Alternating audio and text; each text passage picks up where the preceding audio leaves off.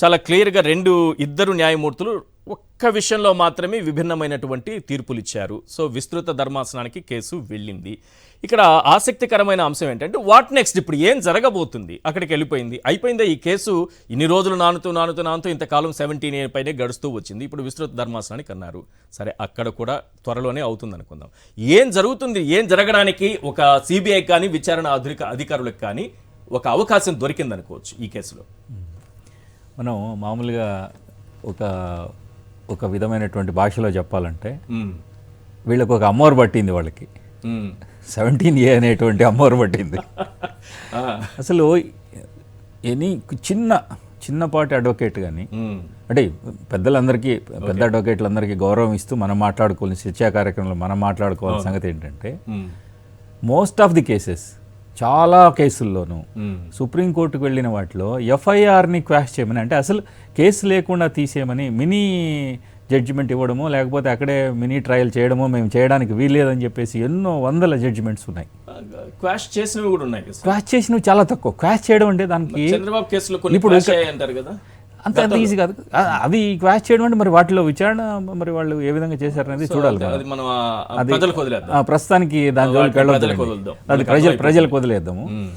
So ఇక్కడ ఉన్నదంటే అసలు అంశాన్ని వీళ్ళు రెగ్యులర్ బెయిల్కి అప్లై చేసుకోకుండా మొట్టమొదట లోయర్ కోర్టులో రెగ్యులర్ బెయిల్కి అప్లై చేసుకోకుండా డైరెక్ట్గా క్వాష్ పిటిషన్కి వేసుకొని క్వాష్ పిటిషన్ పైన ఇంతకాలం నడిపించి ఇది చేయడంలో దీని అంతరార్థం ఏంటి అంటే చంద్రబాబు నాయుడు గారిని ఖచ్చితంగా జైల్లోకి పంపిస్తే సానుభూతి పెరుగుతుందేమో అని వాళ్ళ అడ్వకేట్లే ప్లాన్ చేశారా అని నాకు కూడా ఓ రకంగా అనిపిస్తుంది. అంటే అంతకాలం జైల్లో ఉంటే కొంతకాలం ఉంటే సానుభూతి వస్తుందేమో, దానివల్ల అంటే జగన్ కూడా సానుభూతి అప్పుడు వచ్చాడు కదా, మనకు కూడా ఇది అవకాశం వస్తుంది. అంటే 9 గంటల పాటు ఆయన ఇక్కడ నుంచి నంద్యాల నుంచి ఆయన తీసుకొచ్చారు. నంద్యాల నుంచి ఇక్కడ ఏసీబీ కోర్టుకి విజయవాడలో తీసుకొచ్చేంత వరకు 8-9 గంటల పాటు జర్నీ చేశారు కదా.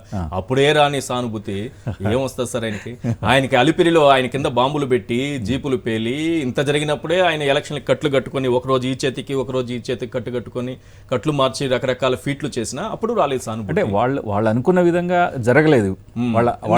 పాయింట్ కూడా ఉందేమో, ఈ 17A చుట్టూ ఎందుకు తిరుగుతున్నారంటే ఒకవేళ క్వాష్ చేస్తే ఏదో చంద్రబాబు కడిగిన ఆణిముత్యం అని, పెద్ద ఆల్చెప్పని, రత్నం అని, ఇవి చెప్పుకోవడానికి ఏదో గొప్ప రాయి అని ఇవి చెప్పుకోవడానికి అవకాశం ఉంటుందని ఈ 17A చుట్టూ తిరిగారేమో. ఈ 4-5 నెలలుగా జరుగుతున్నటువంటి చర్చలన్నీ కూడా మీరు మీడియాలో చూస్తే అసలు కేసే లేదు అతని పైన. అసలు ఈ స్కిల్ స్కామ్ అనేది లేదు. స్కిల్ డెవలప్మెంట్లో ఆయనే అసలు స్కిల్ని ఆంధ్రప్రదేశ్లో స్కిల్ని ఆయనే డెవలప్ చేశాడు. ఆయన వల్లనే పిల్లలంతా కూడా ఉద్యోగాలు వచ్చినాయి అనేటువంటి ఒక భ్రమని క్రియేట్ చేస్తున్నారు వీళ్ళు. ఎక్కువ సార్లు ఒకే విషయాన్ని ఎక్కువసార్లు అబద్ధాన్ని చెప్పడం వల్ల, అబద్ధాన్ని నిజంగా చెప్పడం వల్ల ప్రజలు నమ్ముతారేమో అని చెప్పి, అందువల్ల న్యూట్రల్గా ఉండేటువంటి మీడియా, ఎవరెవరైతే న్యూట్రల్ మీడియా ఇంక్లూడింగ్ సాక్షి, కొన్ని విషయాల్లో ఈ విషయంలో కాస్త జాగ్రత్తగా ప్రజలకి అందుబాటులో ఉండే విధంగా సత్యాలన్నింటినీ కూడా ప్రచారం చేయాలండి బాగా. ఈ స్థితిలో కన్నా ప్రచారం చేయలేకపోతే ఏమి జరుగుతుంది, ఏమి జరగట్లేదు. ఇప్పుడు ఈ ఒక్క కేసు అనేది కాకుండా మిగతా విషయాల్లో కూడా మనం ఆలోచిస్తే అతను అసలు ఏమి తప్పు చేయలేదు, అతను కానీ అతని సహచరులు కానీ ఎటువంటి తప్పులు చేయలేదు అనేటువంటి వాళ్ళు ప్రచారం చేసేటప్పుడు ప్రజల్లోకి తీసుకెళ్లాల్సినటువంటి చాలా అంశాలు ఉన్నాయి. తప్పు చేశారా లేదా, చేసి ఉంటే ఏ విధంగా చేశారు, తర్వాత ఈ యొక్క ఒక్కొక్క కేసులో ఉన్నటువంటి తీవ్రత ఎటువంటిది, ఏ విధంగా వీళ్ళు దోచేశారు, ఇంతకుముందు ఇంకా దోచినవి ఏమేమి ఉన్నాయి, వాటన్నిటి కూడా విచారణ జరగాలి.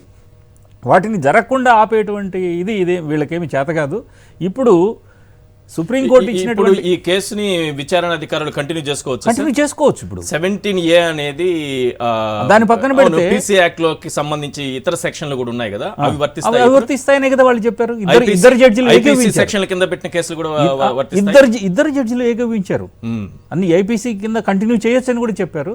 స్పెషల్ కోర్టుకు అధికారం ఉందని కూడా వాళ్ళు ధృవీకరించారు. ఇద్దరు ఏకాభిప్రాయాన్ని వెలిబుచ్చిన తర్వాత ఇంకా హయ్యర్ కోర్టు అదే విస్తృత ధర్మాసనం కూడా ఈ విషయంలో మళ్ళీ వెనక్కిపోయేటువంటి ఆలోచన ఉండకపోవచ్చు. 17A ఒక్కదానిపైన డిసైడ్ చేసేటువంటి ఇది రావచ్చు. 17A పైన డిసైడ్ చేసినా ఒకవేళ కాలేదు అనుకో, 17A అనేది అతనికి అనుకూలంగా ఉందనుకున్నా కూడా మిగతా ఐపీసీ సెక్షన్లన్నింటిలోనూ విచారణ చేయొచ్చు అనేది సుప్రీంకోర్టు వారు చెప్పారు. కాబట్టి even CBCID should go in to it. దాంట్లో చూసుకొని ఇప్పటికైనా వాళ్ళు ఇమీడియట్గా మేము చేయొచ్చా లేదా, చేస్తే ఏ విధంగా చేయాలనే దానిపైన ఇమీడియట్గా అతనికి నోటీసులు ఇస్తే కూడా బాగుంటుంది కదా. ఓకే, నేను అంటే ముందు ఛార్జ్ షీట్ వేయాల్సి ఉంటుంది. ఏం జరుగుతుంది అందుకే వాట్ నెక్స్ట్ అన్నాను నాకు. అంటే కేసుల్లో ఏం జరుగుతుంది? విచారణకు వీళ్ళని పిలవాలి. ఓకే, వీళ్ళు రాకపోతే మళ్ళీ కోర్టు పర్మిషన్ తీసుకొని మళ్ళీ వాళ్ళని విచారణకి ఒకటి కాకపోతే నాలుగు సార్లు నోటీసులు పంపించాలి. విచారణకి పిలవచ్చా సార్? పిలవచ్చండి. ఆయన రాకపోతే ఏం చేయాలి? రాకపోతే కోర్టు పర్మిషన్ తీసుకుని అరెస్ట్ కూడా చేయొచ్చు.